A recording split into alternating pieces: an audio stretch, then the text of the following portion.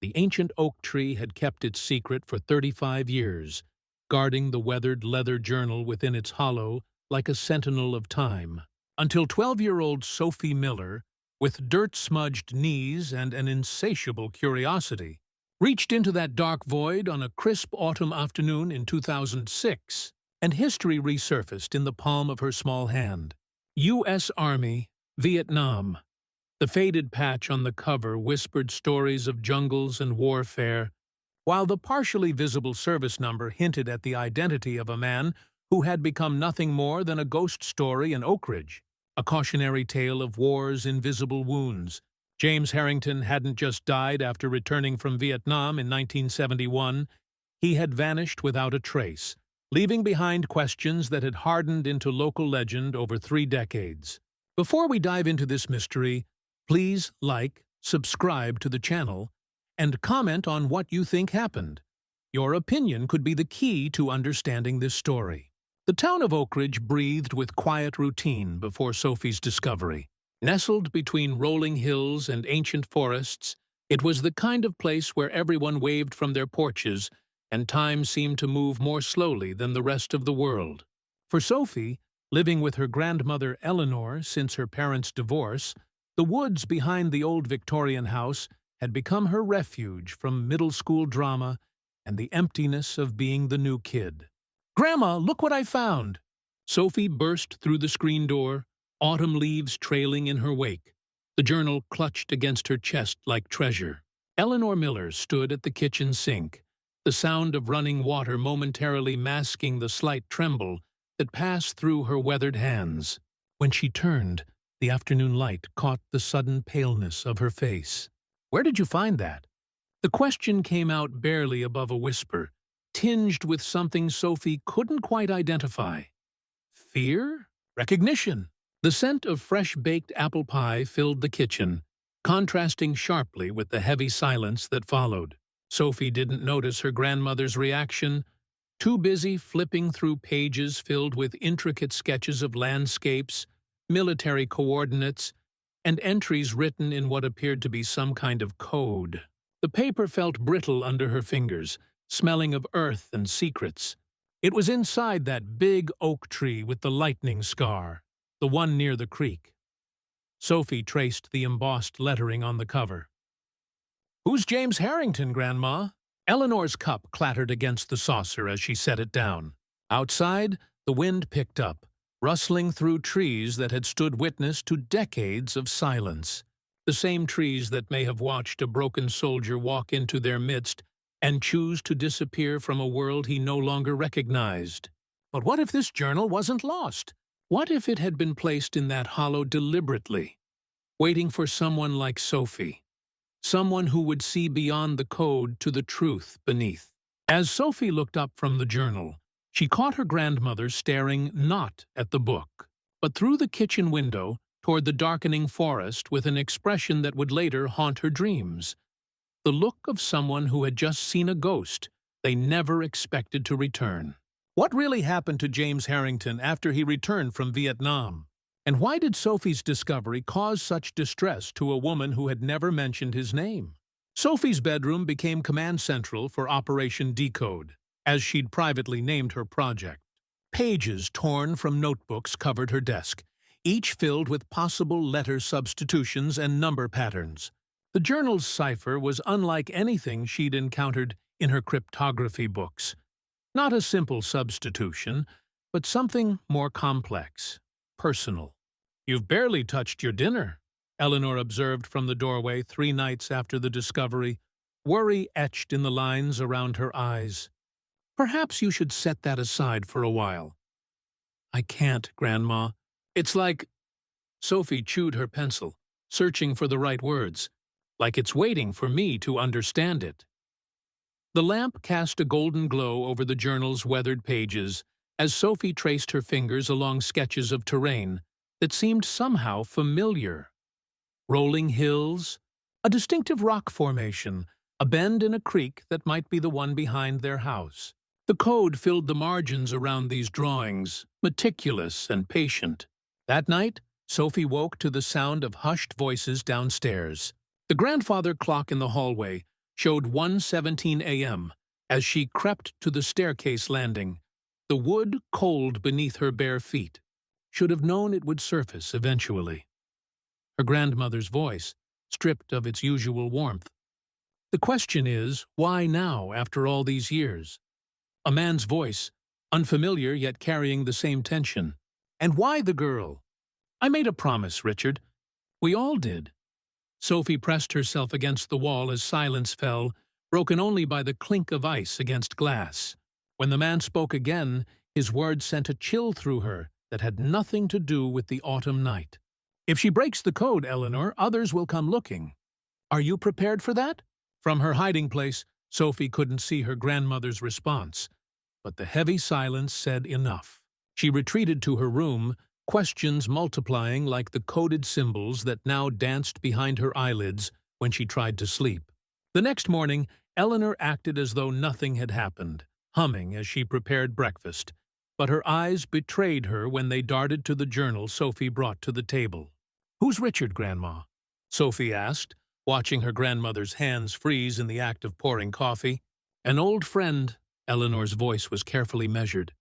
"How did you— I heard you last night." Sophie opened the journal to a page she'd been studying. "What promise did you make about this journal? And why are you afraid of me decoding it?" The coffee pot slipped, dark liquid splashing across the pristine tablecloth. Neither moved to clean it as their eyes locked across the kitchen table. A battle of wills between two generations, separated by secrets deeper than blood. Outside, a car door slammed, and Eleanor's eyes flickered to the window. "We have company," she said, her voice flat. "Put the journal away, Sophie. Please." But what was her grandmother trying to protect her from? Or was she protecting someone else entirely? 21 days of frustrated attempts, discarded theories, and midnight brainstorming sessions had passed when Sophie finally cracked the first piece of the code. Rain lashed against her bedroom window as she stared at the pattern that had been hiding in plain sight. Not a language cipher at all, but a numerical key based on map coordinates, shifted by what appeared to be a military service number. "Sanctuary," she whispered, reading the first deciphered word. "Supplies at coordinates." She scrambled for the topographical map of Oak Ridge County she'd pinned to her wall, tracking the numbers to a spot in the mountains northeast of town. The journal entry continued. "Established sanctuary today. First cache complete. Emergency supplies for 3 months. Remember, hollow oak marks the outer boundary. Stone ridge marks inner sanctuary. Trust no one from town except Eleanor?" Sophie's hands trembled as she turned to the next page, decoding coming easier now. "Dreams still come at night. Screams in the jungle. Faces of men I couldn't save. Town feels like a trap closing in. Too many questions, too many watchful eyes. Understands, but can't follow where I must go." The rain drummed harder, creating a soundtrack to James Harrington's fractured thoughts. Sophie had expected war stories, perhaps, but this was different. The journal of a man not just traumatized by war, but seemingly preparing for another kind of battle entirely. That evening, Sophie approached her grandmother in the living room, where Eleanor sat knitting by the fire, a ritual as predictable as the ticking of the grandfather clock beside her. "What's a sanctuary, Grandma?" Sophie asked, watching her grandmother's needles continue their steady rhythm without pause. "Depends on who's seeking it, I suppose," Eleanor replied, eyes on her work. "James mentioned a sanctuary in his journal, and someone named E." Sophie took a breath. "That's you, isn't it? You were his Eleanor." The knitting needles stilled. Outside, thunder growled across the valley as Eleanor finally raised her eyes to meet her granddaughter's. Something shifted in the depths of her gaze, a decision being made. "Sit down, Sophie." She patted the sofa beside her. "There are things about James you should understand before you go any further with that journal." But before Eleanor could continue, the phone rang, shrill and demanding in the quiet house. Eleanor's face drained of color as she listened to the caller, her knuckles white around the receiver. "Yes, Richard." She's made progress. A pause. No, I haven't told her everything. There hasn't been time. Another pause. Longer this time. I understand. Tomorrow, then. She hung up and turned to find Sophie watching her, the journal clutched protectively against her chest. Who keeps calling about the journal, Grandma? Sophie demanded. What aren't you telling me? Eleanor closed her eyes briefly, suddenly looking every one of her 72 years. The keepers of the promise, she said softly. And tomorrow, you'll meet them. But what promise could bind people together for over 3 decades? And why did breaking James Harrington's code seem to frighten them so much? Sophie couldn't sleep that night, Eleanor's words echoing in her mind. The keepers of the promise. Tomorrow. Outside, the storm had passed, leaving behind a crystalline silence broken only by the occasional drip of rainwater from the eaves. Under her desk lamp's glow, she returned to the journal, carefully turning each page as if answers might materialize from between the weathered sheets. That's when she noticed it, the almost imperceptible thickness between pages 36 and 37, a slight resistance as she turned. Her heart quickened as she ran her fingertip along the seam, feeling the outline of something hidden. Using her mother's old emery board, Sophie carefully worked at the edge until she could see it. A photograph, yellowed with age, sealed between the pages. "Oh my God," she whispered as the image came free. A young man in army fatigues, his arm around a beautiful young woman with familiar eyes. Eleanor, decades younger but unmistakable. Behind them stood the same oak tree where Sophie had found the journal, its distinctive lightning scar visible even then. The intimacy between them was palpable. Heads tilted together, faces alight with something more profound than simple happiness. Sophie turned the photo over with trembling fingers. In faded blue ink, a message. Always together, even when apart. July 4th, 1969. The floorboard outside her bedroom door creaked. Sophie looked up to find Eleanor standing in the doorway, a steaming mug in each hand, her eyes fixed on the photograph. "I thought you might still be awake," Eleanor said softly, crossing to place a mug of hot chocolate on Sophie's desk. "Couldn't sleep either." "You were in love with him," Sophie said. Not a question, but a statement of the obvious truth captured in the photograph. Eleanor sank onto the edge of the bed, her fingers tracing the outline of the young couple without touching the photo itself. "We were high school sweethearts. When he enlisted, I promised to wait." Her voice caught. "And I did. Through 3 tours in Vietnam. He came home different. We all expected that. But no one understood how different." "What happened to him, Grandma? Why did he disappear?" Eleanor took the photo gently, studying it as if seeing it for the first time. The official story is that he had a breakdown. PTSD, they'd call it now. Back then, they just said he couldn't readjust. Her thumb brushed the young soldier's face. "The truth is more complicated." "Did he?"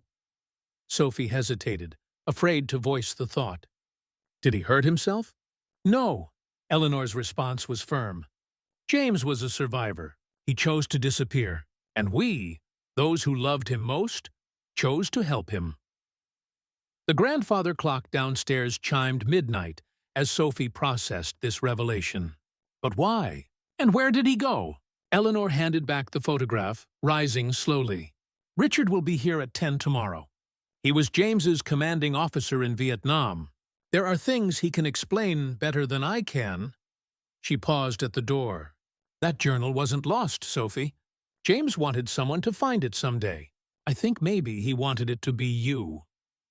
As Eleanor's footsteps faded down the hall, Sophie returned to the journal with renewed purpose, the photograph propped against her lamp. The young soldier's eyes seemed to watch her work, challenging her to uncover what had driven him from the town and the woman he clearly loved. But what secrets could be so dangerous that they required a man to erase his own existence? And why had he left a trail for someone to follow decades later? Richard Barnes was nothing like Sophie had imagined. She'd expected a hardened military man with a crew cut and rigid posture. Instead, the man who arrived in a mud-splattered pickup truck the next morning was lean and weathered, with silver hair pulled back in a ponytail and eyes that missed nothing. "You've got her spark," were his first words to Sophie, studying her with an intensity that made her want to squirm. Eleanor's curiosity. James would appreciate that. They sat around the kitchen table, the journal and decoded notes spread between them. Richard examined Sophie's work with raised eyebrows. "Impressive," he conceded. "It took James 3 months to develop this cipher. You broke it in 3 weeks." He tapped the coordinates Sophie had identified. "You understand what these are?" "Locations in the mountains," Sophie replied. "About 12 miles northeast of town. I checked on maps, but it's just wilderness. No trails or structures marked." Richard and Eleanor exchanged a look laden with unspoken communication. Finally, Eleanor nodded. "Show her," she said quietly. The mountain path was barely visible, more suggestion than trail, winding through towering pines that filtered the afternoon sunlight into dappled patterns. Sophie followed Richard's sure-footed progress, Eleanor bringing up the rear, her hiking boots moving with practiced familiarity despite her age. "James discovered this place during high school," Richard explained as they climbed. "Used to hunt with his father. After Vietnam, it became his refuge. Then his home." 2 hours of steady climbing brought them to a rock formation that matched one of James's sketches, a natural arch of stone spanning a dry creek bed. Richard stopped, kneeling to examine the ground. "Still here," he murmured, fingers brushing away decades of fallen pine needles to reveal a small metal ring embedded in the earth. With a grunt, he pulled, and a trap door lifted to reveal a ladder descending into darkness. The beam of Richard's flashlight illuminated a small chamber carved into the mountainside, reinforced with timber and lined with metal shelving. Sophie gasped as the light swept across the contents: military equipment, boxes of ammunition, medical supplies, and rows of canned food. The labels faded but still legible. "This is impossible," she whispered, picking up a can with an expiration date from 1975. "These should be, still edible," Richard finished for her, popping the lid off one to demonstrate. The peaches inside looked perfectly preserved. Military-grade supplies. James knew what would last, but it was what stood against the far wall that drew Sophie forward. A metal filing cabinet. Inside, she found more journals, dozens of them, continuing where the one she'd found left off. "He kept writing," she breathed, opening one from 1980. "All these years." Richard nodded. "James didn't vanish into thin air, Sophie. He created a new existence, right under everyone's noses. This was just one of his caches. There are others." As Sophie carefully examined the journals, a photograph slipped free. James, older now, bearded, standing before a small cabin, mountains rising behind him. The date stamp in the corner read, 1994. "He's alive." The question escaped as barely more than a whisper. Eleanor moved beside her, taking the photo with trembling hands. "Was, at least then. We haven't had contact in almost 10 years. Sophie's mind reeled with questions, but one pushed to the forefront. Why did he leave everything behind? What was he running from? Richard's weathered face grew solemn. "Not what, Sophie? Who?" And the answer to that question is why we've kept his secret all these years. He took a deep breath. "James didn't just fight in Vietnam. He was part of a classified environmental study. What he documented there got people killed." The mountain wind howled outside the chamber, a mournful sound that seemed to carry echoes of secrets long buried and promises made in fear. But if James had enemies powerful enough to make him disappear from his own life, what danger had Sophie unknowingly awakened by finding his journal? Monday morning found Sophie in the Oak Ridge Public Library, searching through microfiche archives of the town newspaper dating back to 1971. The librarian, Mrs. Abernathy, had raised her eyebrows at Sophie's request, but asked no questions as she guided her to the ancient machine in the reference section. Sophie's fingers turned the knob carefully, scanning headlines from the month after James's disappearance. Search for missing veteran continues. Harrington family offers reward. Hope fades as winter approaches. You won't find much there, came a voice behind her. Sophie jumped, turning to find Bill Henderson, the retired postmaster, leaning on his cane in the doorway. His eyes, magnified by thick glasses, studied her with undisguised interest. Papers never got the real story. Do you know something about James Harrington? Sophie asked, keeping her voice low. Bill glanced around the empty room before pulling up a chair beside her. Know something? Child, I was the one who processed the money orders. Money orders? The old postmaster nodded, his voice dropping further.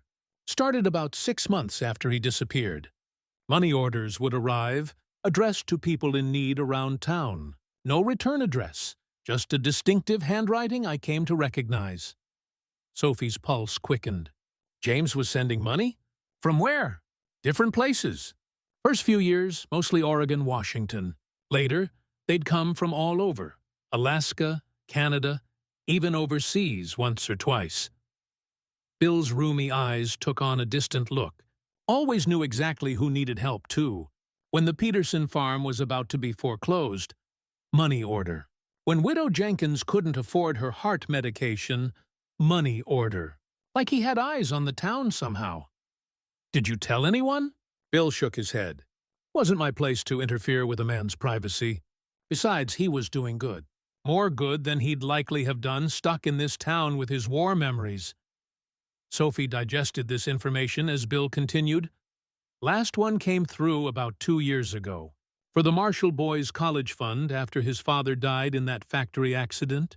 $10,000. He whistled low. Postmark from right here in Oak Ridge County. Later that afternoon, Sophie met Eleanor at Hank's Diner, their usual Monday routine.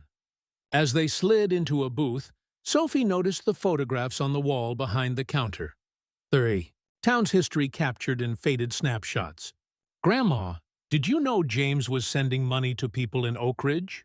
Eleanor froze with her menu half open. Bill Henderson's been talking, she said flatly. Why didn't you tell me?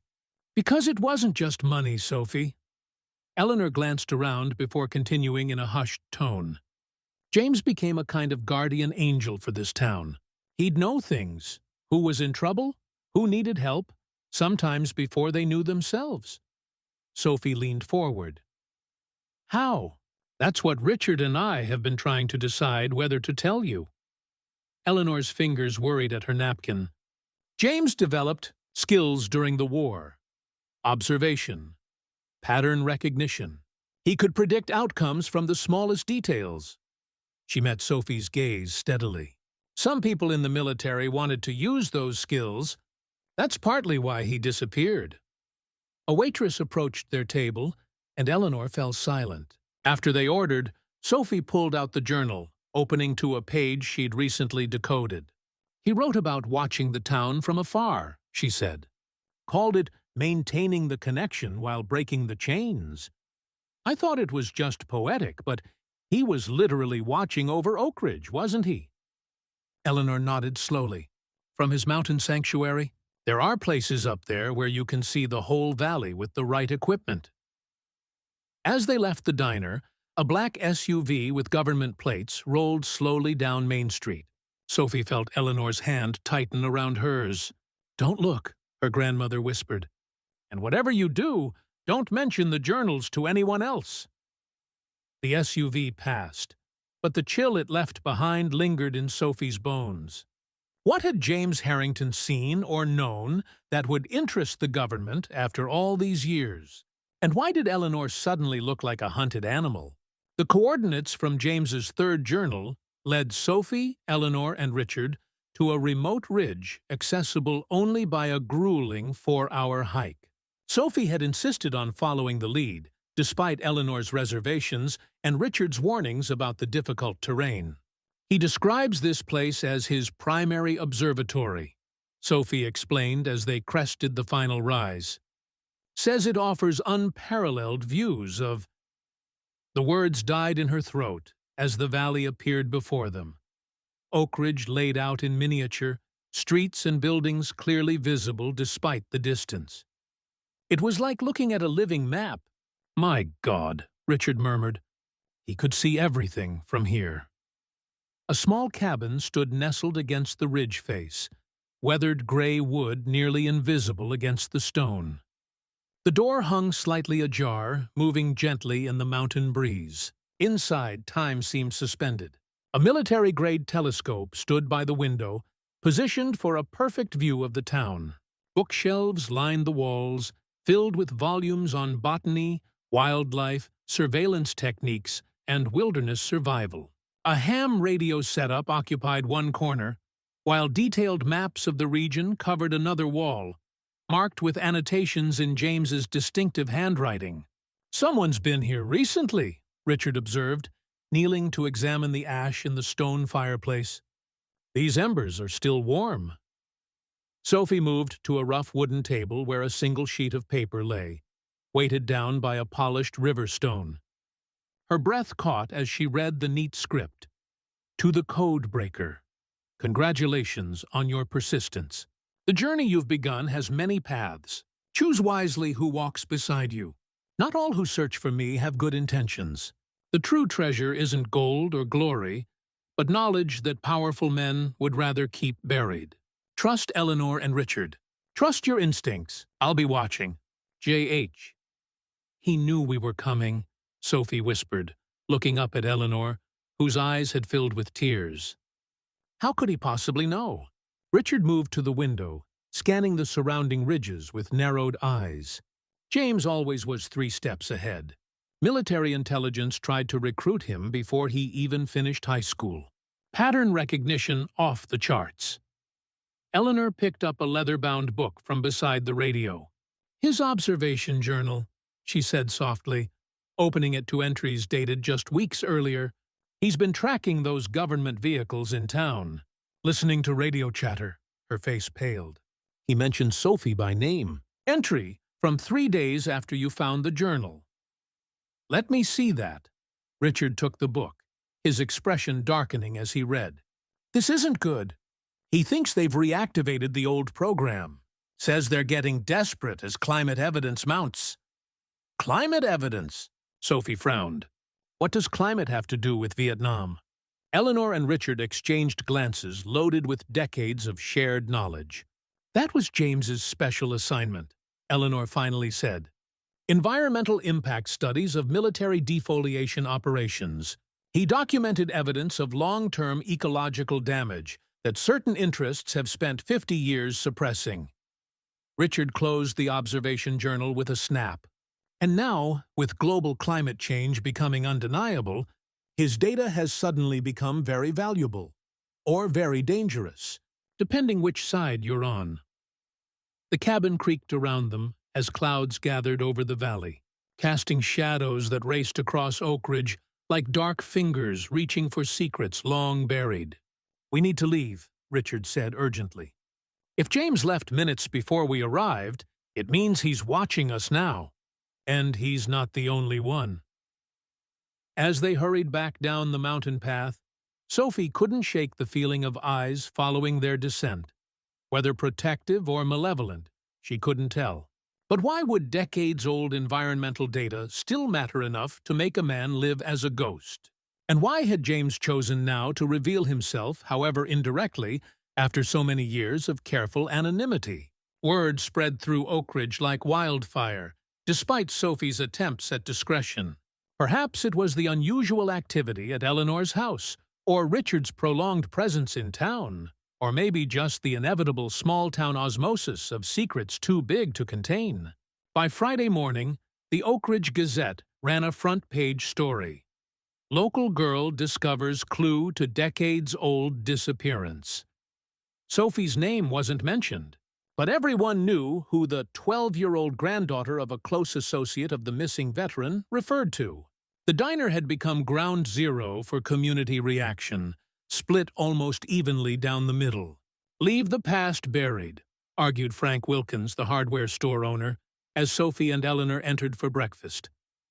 Man's got a right to his privacy, even if he is still alive, especially after what the war did to those boys. The family deserves closure, countered Margaret Peterson from the beauty salon. 35 years of not knowing if your son is dead or alive? That's cruel. No matter the reason. The conversations hushed momentarily as Sophie and Eleanor slid into their usual booth, then resumed in lower tones, laden with sideways glances. "I'm sorry, Grandma," Sophie whispered. "I didn't think it would become such a big deal." Eleanor patted her hand. "Small towns run on stories, dear, and this is the biggest one Oak Ridge has had in decades." After school that day, Sophie found a group waiting outside the middle school gates. James Harrington's surviving family. His younger sister Mary, now in her 60s, approached with uncertain steps. "Is it true?" she asked without preamble. "You found something of Jimmy's?" Sophie hesitated, unsure what to say, but the raw hope in the woman's eyes demanded truth. "A journal," she admitted. "And there's reason to believe he might still be alive." Mary's hands flew to her mouth, stifling a sob. The man beside her, James's nephew, Sophie guessed, wrapped an arm around her shoulders. "Our mother died never knowing what happened to him," he said, his voice tight with emotion. "She searched for years, hired private investigators, kept his room exactly as he left it until the day she died." "I'm sorry," Sophie said, feeling the weight of their grief. "I'm still trying to understand it all myself." "You have to tell us everything," Mary insisted, gripping Sophie's arm. "Please, we've waited so long." Before Sophie could respond, a police cruiser pulled up, and Chief Roberts stepped out. "Mary, I think you should let the girl get home," he said firmly. "This isn't the place for this conversation." "They have a right to know, Tom," called someone from the growing crowd of parents and students. "And some things need to be handled properly," the chief countered. He turned to Sophie. "I'll drive you home, young lady. Your grandmother called, concerned about all this attention." The drive passed in uncomfortable silence until Chief Roberts finally spoke. "You've stirred up more than you realize, Sophie. Half the veterans in town see James as a deserter who couldn't handle coming home. The other half call him a hero for whatever classified work he was doing." "Which side are you on?" Sophie asked. The chief's weathered face revealed nothing. "I served 2 tours in Vietnam myself. Knew James casually." He paused at a stoplight, eyes fixed ahead. "Just be careful whose questions you answer. Not everyone asking about him has his best interests at heart." Later that evening, Sophie's principal, Dr. Kaplan, appeared at Eleanor's door. The tall, stooped man removed his hat as Eleanor invited him in. "I don't usually make house calls," he said, declining a seat, "but I felt I should tell you both personally." He turned to Sophie. "Young lady, what you're doing is important. James Harrington saved my life, though he never knew it." "How?" Sophie asked. Dr. Kaplan rolled up his sleeve to reveal a prosthetic arm. "Vietnam, 1969. I came home to nightmares and a bottle. One night I was ready to end it all." His voice cracked. "Found an envelope on my doorstep. Cash and a note. It gets better, one day at a time." I thought it was from the VA, but years later, Bill Henderson let slip where those anonymous envelopes really came from. After he left, Sophie sat on the porch swing, watching fireflies rise from the darkening lawn. The weight of James Harrington's legacy settled around her like an invisible cloak, part burden, part privilege. But as the lights of Oak Ridge winked on in the valley below, she couldn't shake the chief's warning or the government vehicles that now regularly cruised past Eleanor's house. What forces had James been hiding from all these years? And had Sophie unknowingly exposed him to the very danger he'd spent decades evading? Sophie spread the maps across her bedroom floor, connecting the coordinates from all 3 journals with red string. What emerged wasn't random. The points formed a distinctive pattern across the state. "It's a star," she murmured, stepping back to view the full layout. "Not just any star," Eleanor said from the doorway, startling Sophie. "It's the Cassiopeia constellation." She knelt beside the map with effort, her finger tracing the formation.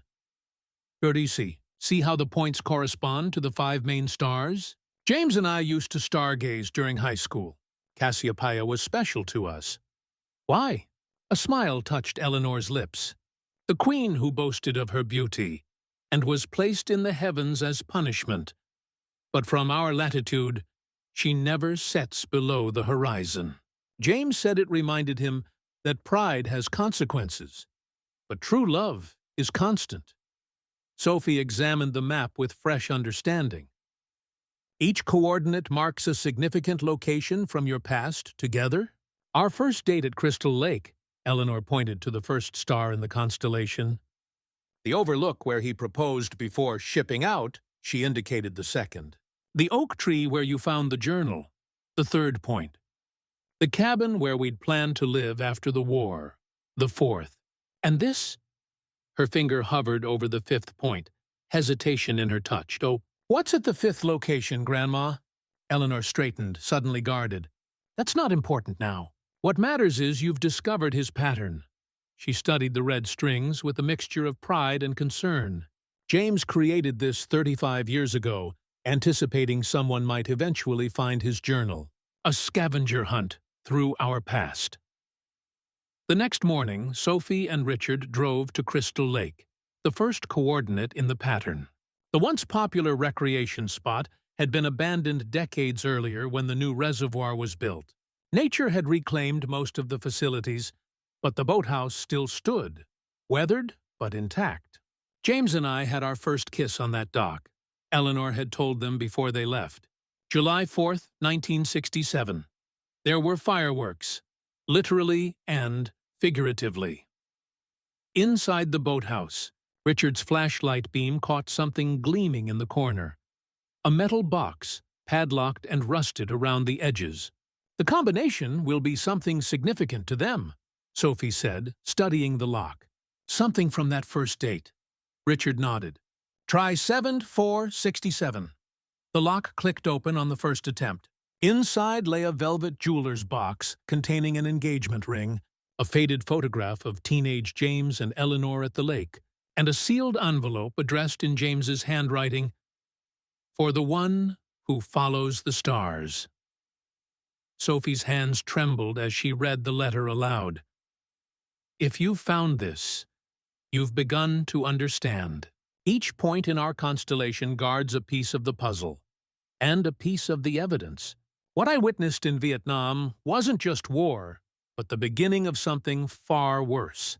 The chemical defoliants we used destroyed more than jungle.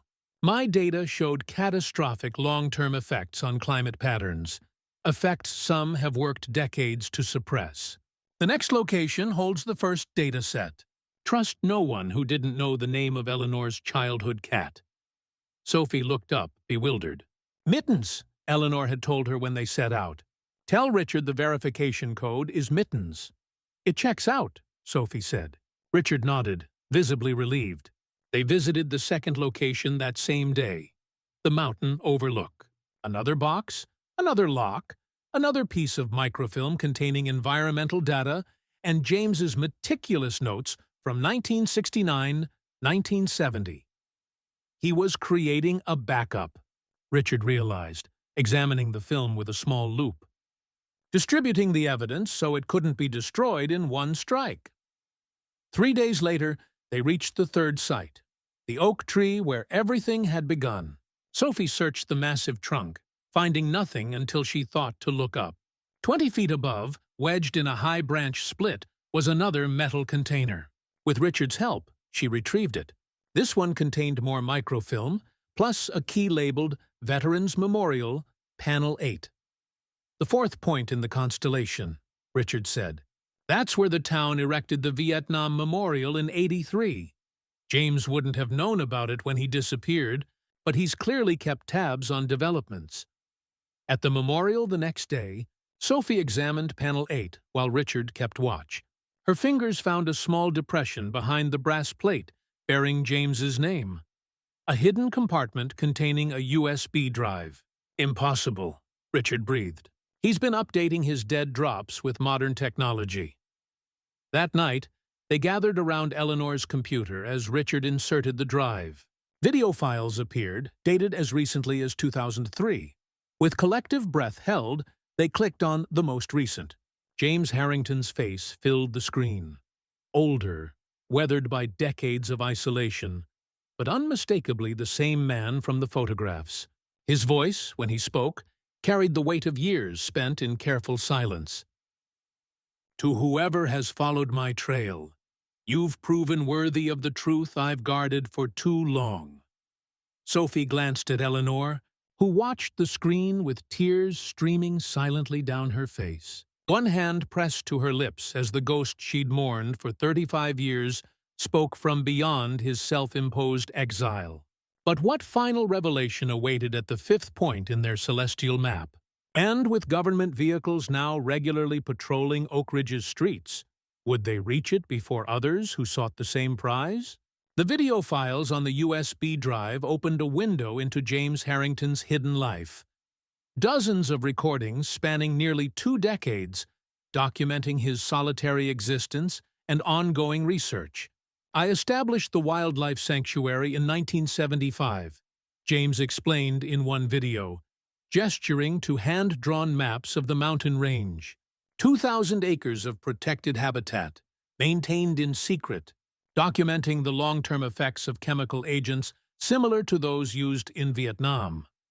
In another recording, dated 2001, an aging James demonstrated sophisticated monitoring equipment. Dabindao, these sensors track changes in local ecosystems, soil composition, wildlife populations, weather patterns. 30 years of data now, showing conclusive evidence of what they've tried to deny. Sophie, Eleanor, and Richard watched far into the night, absorbing James's digital ghost. In the most recent video, his expression turned grave. If you're watching this, the journal has been found, as I always knew it would be. The final piece, the complete dataset, and my analysis waits at the fifth point. But be warned, others have begun searching again. The climate crisis has made my research valuable to those who once wanted it buried. Trust Eleanor. Trust Richard. They know the final location, though they may not realize it yet. Eleanor paused the video, her expression troubled. I don't understand. The fifth point on his map is Blackwater Ridge, but we never had any connection to that place. Richard studied the map again. Unless... He traced the line between points, extending it further. He shifted it. The actual fifth point is here. His finger landed on a spot 3 miles east of the marked location. Eleanor gasped. The cave! Our secret place! Before Sophie could ask for explanation, headlights swept across the living room as a vehicle pulled into the driveway. Richard moved to the window, cursing under his breath. Government plates. They're not even trying to be subtle anymore. Eleanor quickly ejected the USB drive, pressing it into Sophie's hand. The basement. Now. Sophie barely made it down the stairs before she heard knocking at the front door, followed by the murmur of official voices. From her hiding place behind the water heater, she could hear fragments of conversation. Simply following up on reports. Classified information potentially compromised. Cooperation would be appreciated, Mrs. Miller. The voices continued for 20 tense minutes before the front door finally closed. Eleanor's footsteps approached the basement door. They're gone, she called softly. For now. Back in the living room, Richard paced like a caged animal. They know we've found something. That Agent Harris asked specifically about James's environmental research. How could they know that? Sophie asked. Someone's talking, Richard replied grimly. This town has too many ears now. The following morning brought disaster. Heavy spring rains had triggered flash flooding throughout the county, washing out roads and bridges. The news reported the worst damage in the eastern mountains, precisely where their fifth constellation point waited. "We can't reach the cave," Richard confirmed after checking with emergency services. "Not for at least 2 weeks, until they clear the roads." As if this setback weren't enough, Eleanor developed a persistent cough that evening. By morning, she was feverish and struggling to breathe. "Just a spring cold," she insisted, as Sophie helped her to bed. But the rattle in her lungs told a different story. Dr. Morrison diagnosed severe pneumonia. "Bed rest, antibiotics, and absolutely no excitement," he ordered, giving Sophie a pointed look. "Whatever treasure hunt you've been on, it needs to pause until your grandmother recovers." Days passed with Sophie divided between caring for Eleanor and reviewing James's videos for clues they might have missed. Richard kept watch for government vehicles, which had become a regular presence in their normally quiet neighborhood. On the 5th day of Eleanor's illness, a package arrived by courier. No return address, hand-delivered to their mailbox. Inside, Sophie found a small wooden box containing dried herbs and a handwritten note. "For ease lungs. Steep in boiling water 3 times daily. The remedy grows only on north-facing slopes above 4,000 feet, where I've tended it for decades. Recovery comes to those who wait, as does truth. The floodwaters recede, but new eyes have found the trail. Stay vigilant." "Oh, he's still watching," Sophie whispered, showing Richard the package. "And he knows about Grandma." Eleanor improved rapidly on the herbal remedy, regaining strength as the floodwaters gradually receded. 2 weeks after the flood, Richard deemed the mountain roads passable enough to attempt reaching the 5th point. "We leave tomorrow at dawn," he told Sophie. "Just the 2 of us. Eleanor's still too weak." But that night, as Sophie packed her backpack, she couldn't shake the feeling that everything was about to change. That whatever waited at the 5th constellation point would alter not just her understanding of James Harrington, but of the world itself. What truth had he guarded so carefully for 35 years? And who else was now racing to claim it? The plan to leave at dawn was delayed when Richard's truck refused to start. Spark plugs mysteriously damaged overnight. By the time repairs were completed, it was nearly noon, and Oak Ridge buzzed with the energy of a Saturday farmer's market in the town square. "We'll grab lunch at Hank's before heading out," Richard decided as they drove through town. "Best to act normal. Too many eyes on us now." Hank's diner hummed with weekend activity, most tables filled with families and farmers taking breaks from market sales. Sophie and Richard slid into a corner booth, backs to the wall, ordering quickly. "After lunch, we follow Route 16 east," Richard explained quietly. "Then the logging road to Miller's Pass. From there, we hike about 3 miles to the cave entrance.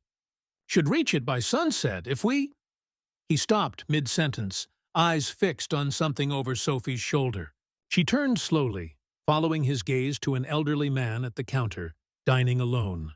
Nothing remarkable about him. Weathered canvas jacket, gray beard, battered fishing hat pulled low. But as the man reached for his coffee, the sleeve of his jacket rode up, revealing a distinctive scar on his wrist, a perfect crescent moon shape. "Richard?" Sophie whispered, sensing the change in her companion. "Don't stare," Richard warned under his breath. "But that scar, James got it the night before we shipped out to Saigon. Bar fight with Marines." Sophie's heart thundered in her chest as she caught the man watching them in the reflection of the napkin dispenser. Their eyes met for the briefest moment before he turned away, leaving cash on the counter and standing to leave. "Should we follow him?" Sophie asked urgently. Richard shook his head minutely. "If it's James, he'll contact us when he's ready. He's letting us know he's watching." The bell above the diner door jingled as the man exited, and through the window, Sophie watched him disappear into the crowded farmer's market. As their food arrived, a new group entered the diner. 3 men in crisp polo shirts and sunglasses with the unmistakable bearing of federal agents. They took a booth near the door, one positioning himself with a clear view of Sophie and Richard. "We've got company," Richard muttered, cutting his burger with deliberate casualness. "We need to change plans." They ate quickly, paid, and left through the kitchen with the help of Hank's daughter, who'd gone to school with James and recognized Richard from his previous visits to town. Back at Eleanor's house, they found her sitting up in bed. Color returned to her cheeks, a strange light in her eyes. "He was here," she said without preamble. "What, James?" Sophie stared in disbelief. Eleanor nodded, holding out a folded paper.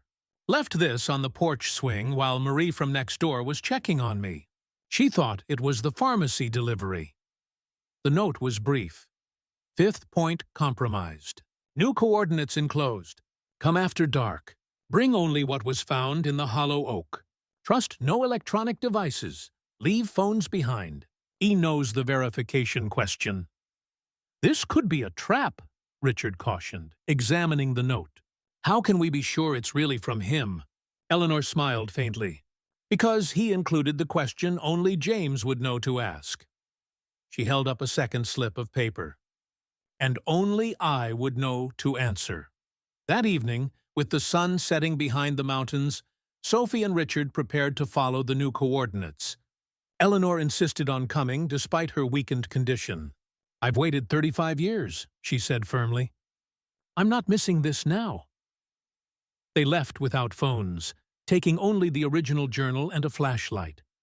Richard drove circuitous routes through back roads, checking repeatedly for tails, before parking near the old railroad bridge outside town.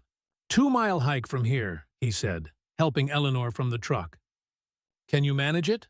"Just try to stop me," she replied with determination belying her 72 years. The forest path was silver in the rising moonlight as they walked in tense silence.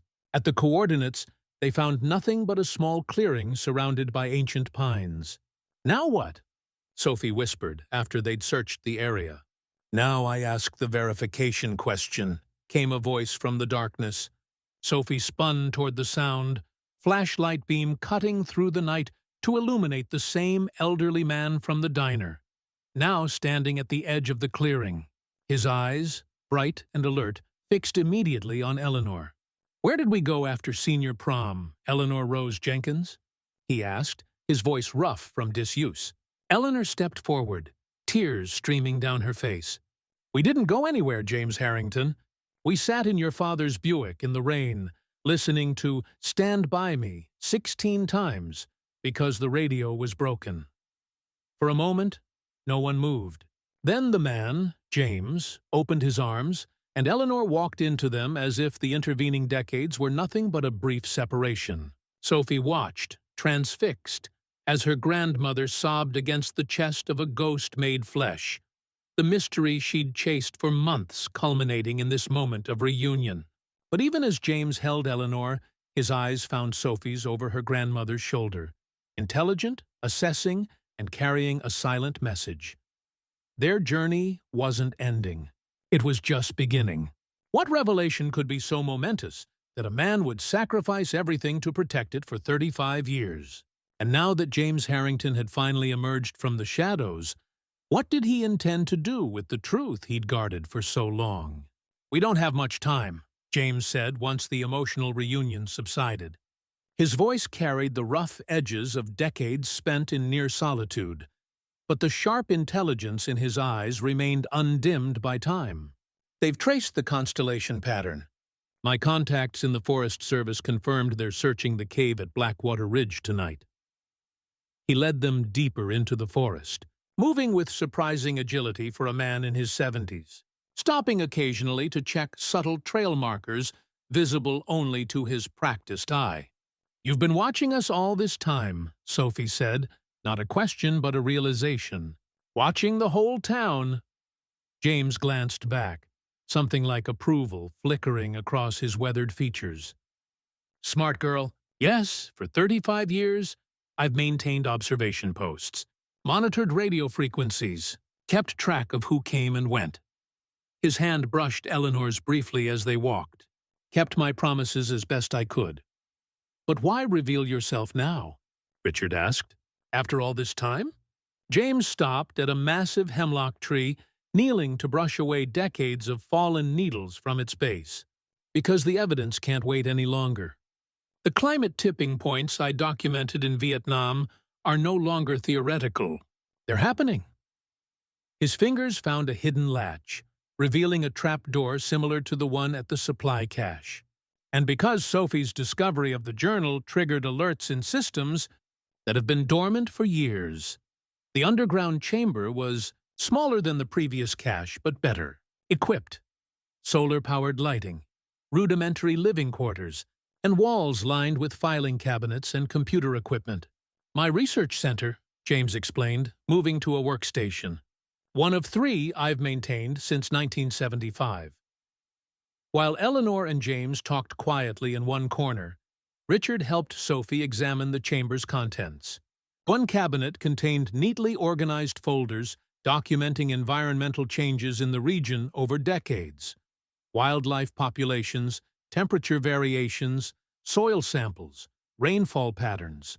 He created his own independent climate study, Richard murmured, flipping through pages of meticulous notes. Spanning 5 decades. My God, it's the most comprehensive longitudinal data set I've ever seen. But it was the cabinet labeled Operation Harvest Cloud that drew Sophie's attention. Inside, she found official military documents, many stamped classified, alongside James's personal observations from Vietnam. They knew, she whispered, as she read. They knew the defoliants would have long-term environmental impacts beyond their stated purpose. James's environmental assessment team documented it all. And when we tried to report it, 2 members of our team died in accidents, James said, joining them. The 3rd disappeared into a psychiatric facility. I was the last one left with the complete data set and the training to understand what it meant. He pulled out a final folder, newer than the others, and placed it on the table. This contains the most important evidence. Correlation studies between what we observed in Vietnam and global climate patterns over the subsequent 50 years. Proof that they knew that certain powerful interests within the government and chemical industry understood the potential for climate disruption and buried the evidence. This is what you've been protecting, Sophie realized, not just yourself. James nodded gravely. Knowledge that could have changed our approach to environmental protection decades ago, had it not been suppressed. Knowledge that still matters now, as we face the consequences. Eleanor joined them, her hand finding James's with the ease of a connection unbroken by time. What happens now? She asked softly. Now we prepare for tomorrow's gathering, James replied, surprising them all. What gathering? Richard asked. The town meeting Sophie's principal has organized at the high school. The community exhibition about a mysterious local veteran's environmental research. James's eyes crinkled slightly at their shocked expressions. Did you think I wouldn't know about that? Half the town is talking about it. Right, Sophie stared at him. But you can't just appear at a public event after 35 years of hiding. That's exactly what I intend to do, James countered. The government teams searching my other locations will find what I left for them. Enough genuine research to keep them busy, but not the complete picture. He tapped the folder. This is what matters now. And it's time for it to become public, with all of you as witnesses to its authenticity. As they discussed plans for the coming day, a soft chime sounded from one of the monitoring systems. James moved quickly to check a screen displaying feeds from hidden cameras throughout the forest. We have visitors, he said grimly. Multiple heat signatures approaching from the east. They've found this location faster than I anticipated. Richard moved to the weapons cabinet without being asked, selecting a hunting rifle with practiced hands. How many exits from this place? 2. The main entrance we used, and an emergency tunnel that exits half a mile north, near the creek bed. James was already gathering selected files and a small external hard drive. Sophie, take these. No matter what happens, This evidence needs to reach the public. The gravity of the moment settled over Sophie as she accepted the materials, securing them in her backpack as James had instructed. "Eleanor, you and Sophie take the emergency exit," James directed. "Richard and I will create a diversion to draw them away." Eleanor shook her head firmly. "I didn't wait 35 years to lose you again in the same night, James Harrington." "Oh," she picked up a second rifle from the cabinet. "I was the best shot in the county before you left. Some things you don't forget." As the four prepared to split up, James drew Sophie aside. "The final journal is in your backpack now, too. It explains everything. Not just the environmental data, but my observations of Oak Ridge over the decades. The complete story." His eyes held hers intently. "Whatever happens tonight, make sure that story is told." The monitoring system chimed again. The intruders were less than 5 minutes away. With quick, fierce hugs, they separated, Sophie and Richard taking the emergency tunnel, while James and Eleanor prepared to confront whoever had come hunting for 35-year-old secrets. As Sophie crawled through the narrow escape passage, the sound of voices above grew fainter. But one question echoed in her mind with each movement forward. Would the truth James had protected for so long finally see the light of day? Or had they merely postponed its burial for one more night? Morning arrived with no sign of James or Eleanor. Sophie and Richard had made it safely back to town, spending sleepless hours at Dr. Kaplan's house, one of the few people they still trusted. By dawn, the community exhibition at Oak Ridge High School was proceeding as planned, with curious residents filtering into the gymnasium to view the displays Sophie had prepared over the past week. "They should have been here by now," Sophie whispered to Richard as they stood by the main exhibit, a timeline of James's environmental research that strategically omitted any classified information. Richard's eyes continuously scanned the growing crowd. James knows how to stay hidden. If they encountered trouble, he would protect Eleanor at all costs. The exhibition had drawn more attention than anticipated. Local news crews set up cameras, while people studied the displays with varying degrees of interest and skepticism. Dr. Kaplan had introduced the event with a brief speech about the historical significance of James's work, carefully framing it as an environmental research project rather than a political exposé. Sophie moved among the displays, answering questions about the journal, showing children how to decode simple messages using James's cipher, all while her eyes returned repeatedly to the gymnasium doors, hoping for familiar faces. At precisely 2 p.m., as the event reached its peak attendance, those doors swung open. The crowd parted as Eleanor entered, supported by James's steady arm. They moved slowly but purposefully toward the center of the room, where Sophie stood frozen in relief and disbelief. Whispers rippled through the gymnasium, rising to a crescendo of exclamations as recognition dawned on the older residents.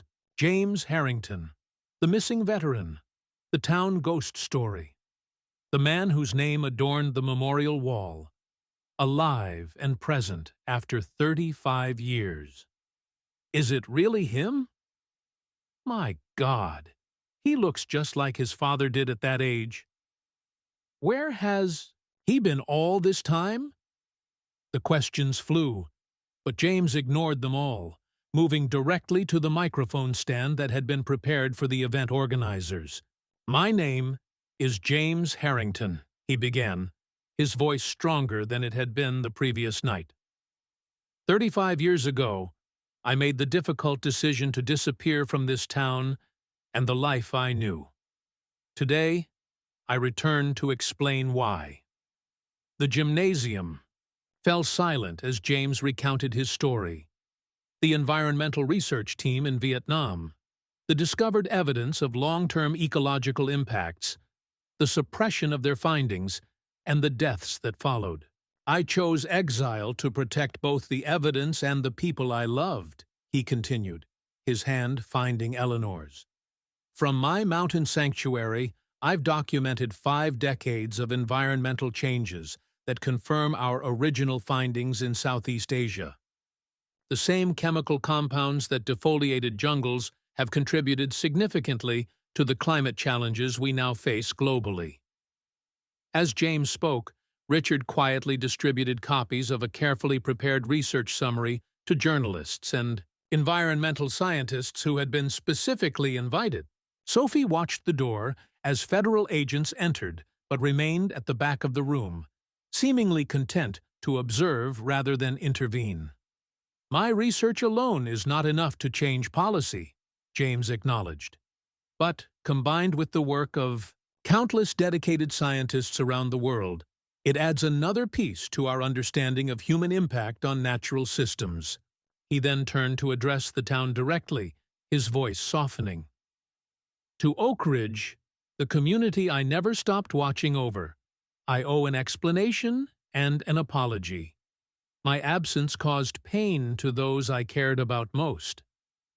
His eyes found various faces in the crowd.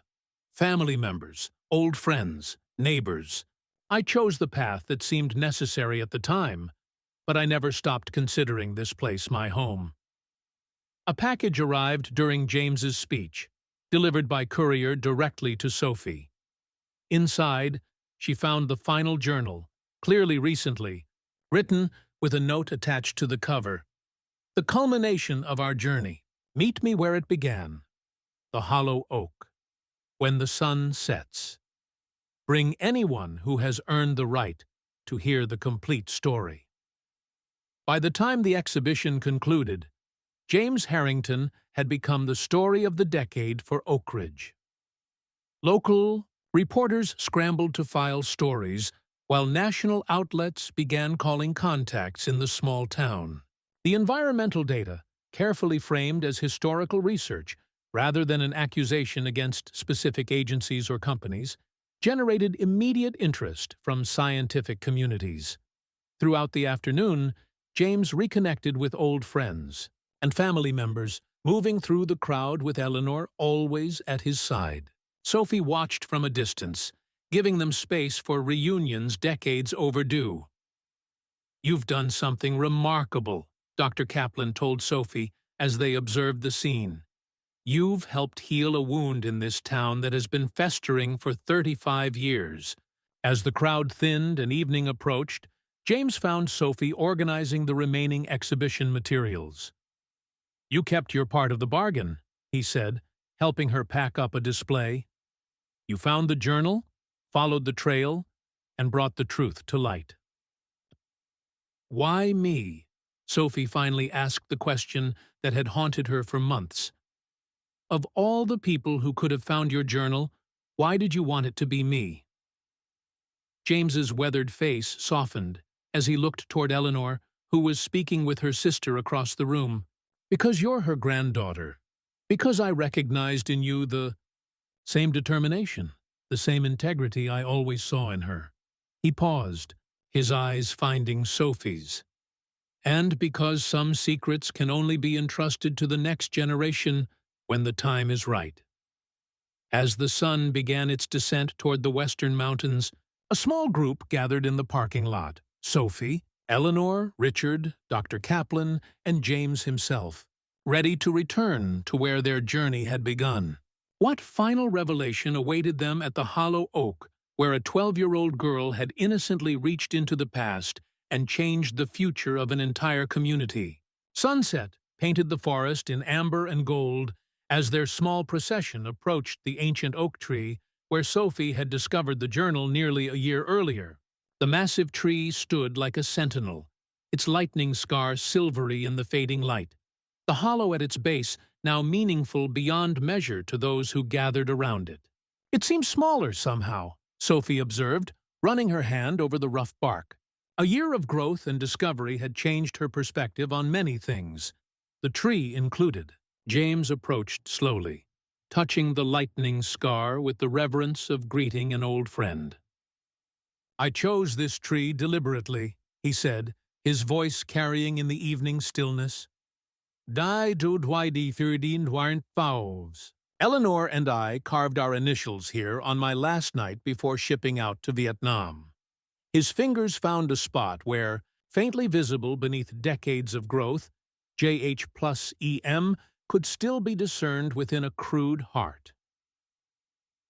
Jordkin Twerthizu, I never knew that was here, Eleanor said softly, touching the carving. This tree survived the lightning strike that should have destroyed it, James continued. It adapted, grew stronger around its wound. That resonated with me when I returned from the war, carrying wounds both visible and invisible. Richard stood slightly apart, watchful as always, though the government vehicles that had followed them through town had unexpectedly withdrawn after the exhibition. Dr. Kaplan listened intently, his prosthetic arm a reminder of his own journey back from war. The journal I left here wasn't meant to be found for years, James admitted. I placed it in 1971, intending it as a time capsule of sorts. But the tree grew, the hollow expanded, and nature accelerated my timeline. He smiled at Sophie. Sometimes the universe has its own schedule. From his pocket, James withdrew a small metal cylinder, unscrewing the top to remove a rolled document. My final journal entry, he explained, unrolling what appeared to be architectural plans, the blueprint for what comes next. The detailed drawings showed a research and education center, constructed into the mountainside where James had lived for decades, utilizing sustainable design principles he'd developed during his years of isolation. The James Harrington Environmental Research Center, Sophie read from the heading. My legacy to Oak Ridge, James confirmed. Funded by patents I've quietly registered over the years through shell companies, designs for ecological monitoring systems, sustainable energy applications, purification processes for contaminated soils. Eleanor studied the plans, her fingers tracing the carefully drawn lines. You've been planning this for years, she realized. James nodded. The sanctuary I established has become a living laboratory. 2,000 acres of protected wilderness with 50 years of baseline data. Nowhere else on Earth has such comprehensive long-term monitoring of a recovering ecosystem. The implications dawned on Sophie gradually. You're not disappearing again, are you? You're staying. My work isn't finished, James replied, looking toward the mountains that had sheltered him for 35 years. But it's time to bring that work into the light, to share what I've learned before it's too late. As darkness settled around them, James knelt by the hollow oak, reaching deep inside as Sophie had done a year before. From a hidden recess she had never detected, he withdrew a small wooden box, intricately carved with the Cassiopeia constellation. The true treasure, he said, presenting it to Sophie. Not gold or artifacts, but seeds, a comprehensive seed bank of rare Appalachian plants with medicinal properties, some nearly extinct elsewhere, plants that may hold keys to treatments we haven't yet discovered. Sophie accepted the box with reverence, understanding its significance, not just seeds, but possibilities, futures preserved through one man's solitary dedication. Dr. Kaplan stepped forward. The school board has unanimously approved establishing an environmental science program in partnership with your research center. James, we'd like Sophie to be among its first students, if she's interested. James smiled at the young girl who had unraveled his carefully constructed mystery. She's already proven herself a remarkable researcher. I can think of no better first apprentice. As night embraced the forest fully, James produced a small metal device from his pocket.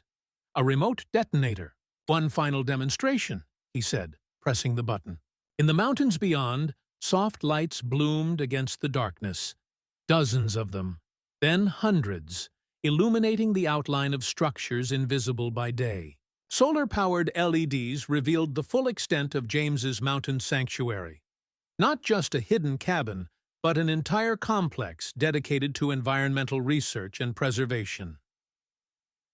For 35 years, James said, as they gazed at the distant lights, I've been the guardian of that wilderness, Now it's time for others to continue what I began, with much better company than I've kept. His hand found Eleanor's, fingers intertwining with practiced ease despite the decades of separation. The group stood in silence, watching the constellation of lights James had created on Earth to mirror the stars above. Eleanor leaned against him, her head on his shoulder, as it might have been placed 40 years earlier, before war and secrets had driven them apart. For Sophie, standing before the hollow oak where her journey had begun, the circle felt complete, yet simultaneously opening to new possibilities. She had sought a mystery in these woods and found not just answers, but purpose. The journal served its purpose, James said, turning to her. It brought you to this moment, to this understanding. The question now is, what will you do with the knowledge you've gained? Sophie looked from James to Eleanor, to Richard and Dr. Kaplan, then back to the distant lights on the mountainside. A beacon of possibility in the darkness. I'll help tell your story, she said with the quiet confidence of someone who had found her path. All of it. The environmental data, yes, but also this, she gestured to their small circle, the story of disappearance and discovery, of protection and perseverance, of finding ways to guard what matters most when conventional paths aren't enough. James nodded, satisfaction evident in his weathered features. Then my journey has been worthwhile. As they walked back toward town, the hollow oak stood silent behind them, no longer guarding secrets but having fulfilled its purpose as a bridge between past and future, between isolation and connection, between what was lost and what had finally, after 35 years, been found. If this story left you as impacted as it did me, don't forget to like, subscribe to the channel, and comment your opinion below. Each comment is like a new piece that can help unravel other mysteries like this one.